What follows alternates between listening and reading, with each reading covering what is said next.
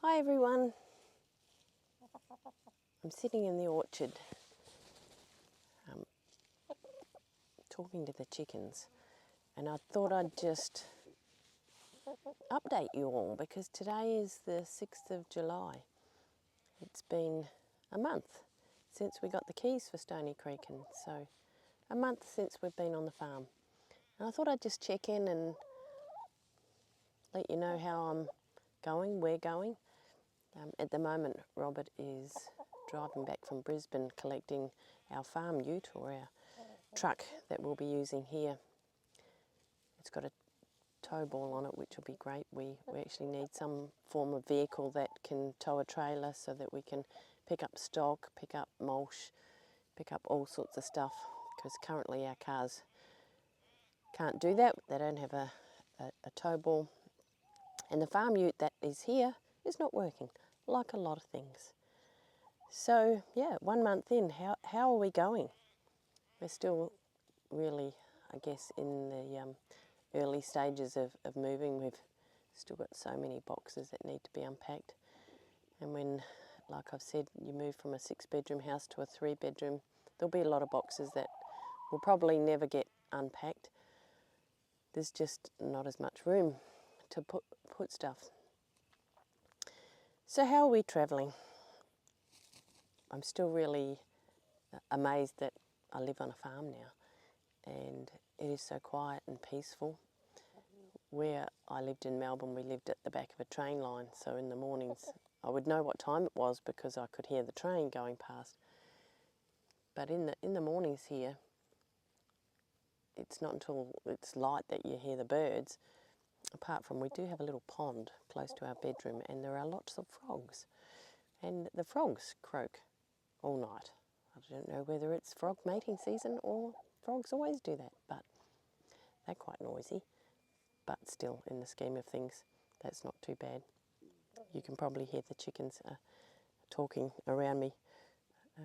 Every time I come out, they think I've got something to eat, and lots of times I do, trying to get them to interact with me a little bit more.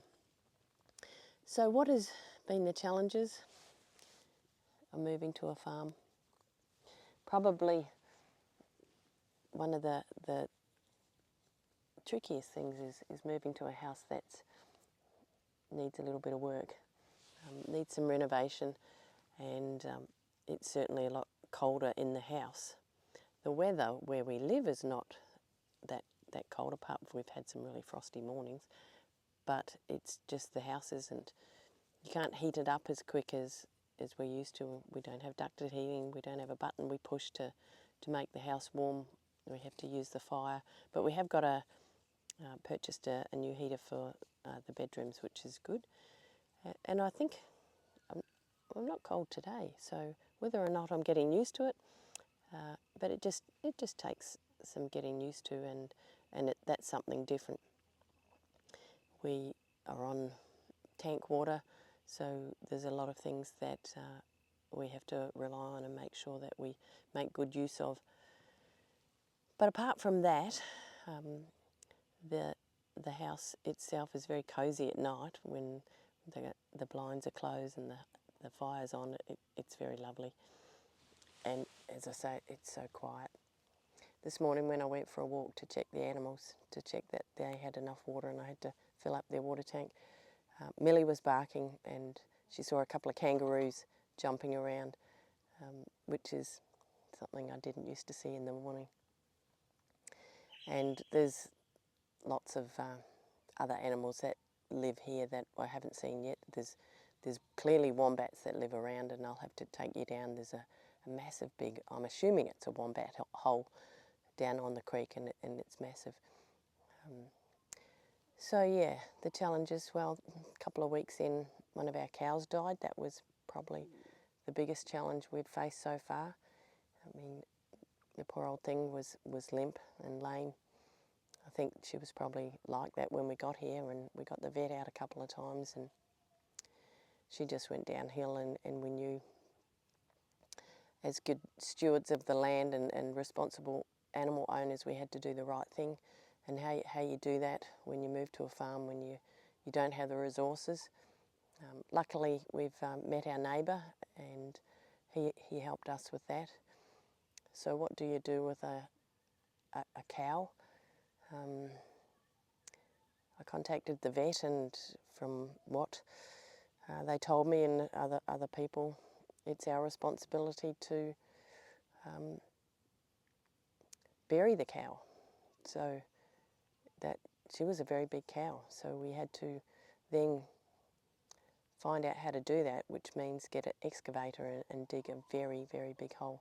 Luckily, we've got some great friends here that have got community and know people that our friend could hire an excavator, and he came out and dug the hole for us, which is so helpful. Otherwise, we contacted somebody fairly close by within an hour that could come and do it, but he said he couldn't come and do it for a week. So that was just, yeah, the thought of actually having the animal in the paddock for a week before we could actually bury her was not a good thought. But so that was probably the biggest challenge, and that was really sad. We certainly didn't expect that was going to be happening a couple of weeks in. But on a good note, we've got a couple of young belted Galloways that we're hoping to pick up by the end of July. And Robert's ordered a tractor, and that's hopefully coming the end of July as well. And then we've got our chicken caravan coming the end of July. The challenge now is to get some chickens for the caravan. Hopefully I'm picking up a couple of chickens extra this week, or the end of this weekend, because Roger's now, he's allowed to sit with the girls, and the other day he was doing what roosters are supposed to do. And chicken mating is a little bit rough, and I had to segregate them because he was just getting a little bit rough with the girls. So he needs some other girls to play with. So we'll certainly see what we can do there and get some new girls for him to spend his time with. So I'm sitting in the orchard. I thought I actually haven't even done an orchard tour. You can hear the chickens talking to me. I don't know if you can see, but I thought I'll stop this and we'll do a bit of an orchard tour. Some of these trees, I've been told what they are, but some of them I'm still not sure what they are, and I probably won't know until it's fruiting time exactly what they are. But I spent a lot of time yesterday doing some pruning on the fig trees, and I've given one a very big haircut, so hopefully it survives. We had a fig tree in Melbourne that we used to give really good haircuts to, and they came back a lot of fruit trees. And by all means, put a comment in if you feel that you can help me out with any of this, because I am a new orchard owner, and a lot of these trees I've certainly never had before, and certainly the apples and the stone fruit, I don't really know what I'm doing. So my pruning arm is very sore today, so I'm not going to do any pruning today. And when you do severe pruning of trees, you end up with lots of wood that you then have to remove. So that took a long time yesterday, the pruning, but then just to remove everything out of the orchard, to clear everything up, took a while. So I might, I'll stop here and turn it round and show you the orchard. We've still got a lot to do with the big veggie garden that I'm trying to make. We actually need the dingo to get in there and dig out a lot of the kikuyu grass that's in there. I've started to do it by hand, and it's a big effort. So once Robert gets back, we'll get the dingo, which needs a service. We've got our big mulcher that was here when we arrived that doesn't work. That's at a man down the road who's hopefully going to fix that, and once we get that fixed, it'll be excellent, because we'll be able to mulch up some of these trees that are sitting here waiting to be done. So all right, I'll stop there. I'm just rambling, aren't I? I'm chatting. I'll stop there and we'll do a little bit of a tour of the orchard. So I've just entered the gate into the orchard, and the chickens, of course, think I'm getting something for them. The first tree we have is a kumquat tree, and it is laden with kumquats. Not really sure what to do with kumquats. I have looked something up, and marmalade seems to be the go, but look at this. Very pretty. So I thought I might give that a little bit of a go, but we went to a market on Sunday and there was a lady there selling kumquat jam, and I told her I had lots of kumquats, and she said, "Oh, can I buy some off you?" So my plan is to pull some off and drop them into her. She's only 30 minutes away. I said, no, I'll just give them to you. There's enough to share. Next to it is an orange tree, and it doesn't look so good. I don't know why it hasn't got any oranges on it, because I would assume there should still be some on there. But I've given that a fairly good prune and taken the inside out because it was just, yeah, it wasn't getting much light, but it's got a bit of scale on it.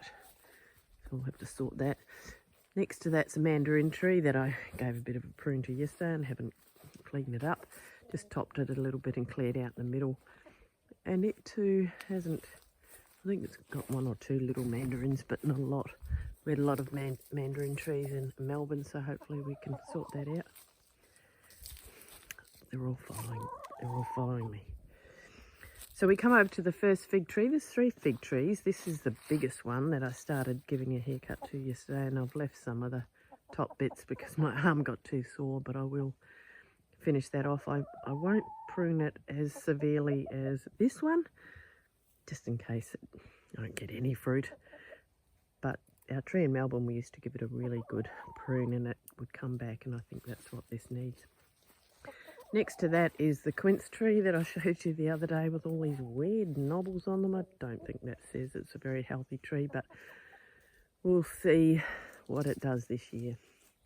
Now next to that, so there's about 20 trees in the orchard. I'm not sure what this is.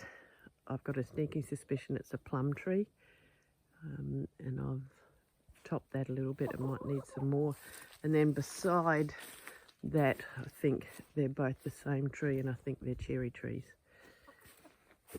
And then up the top of that is a lemon tree that I've pruned, and it's got a bit of scale on it too.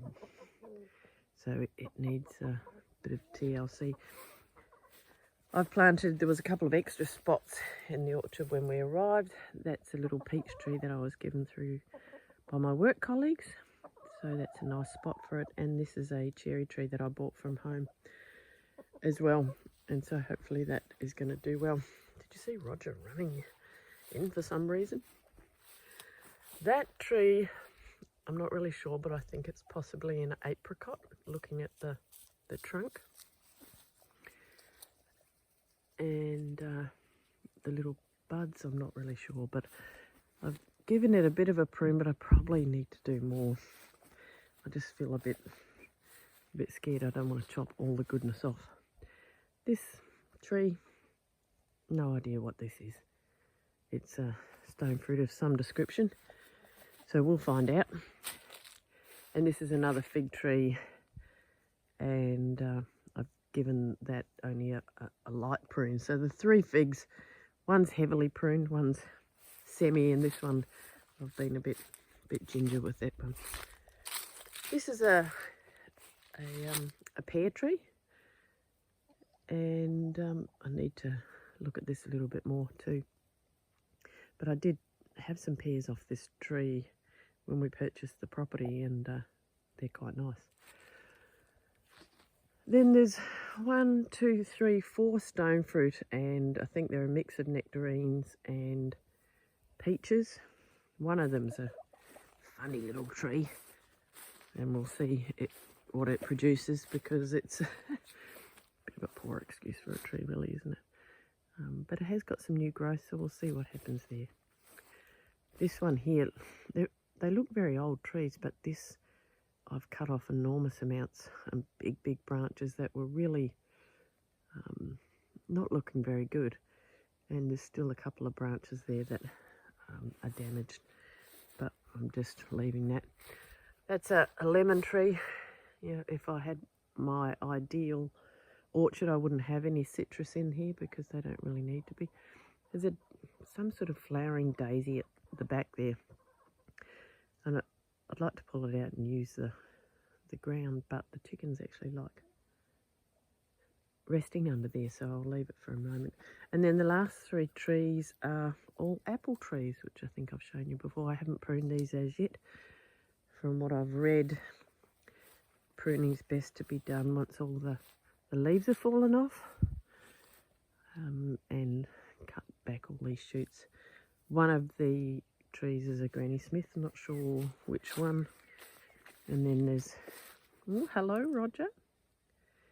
And that's quite a small tree, so I'm not sure which one's which. I'll find out, won't I? So yeah, that's the orchard. And the orchard, you enter into the chicken house via the orchard, and so the girls and Roger have free reign of the orchard every day. And eventually, once we get some more chicks, they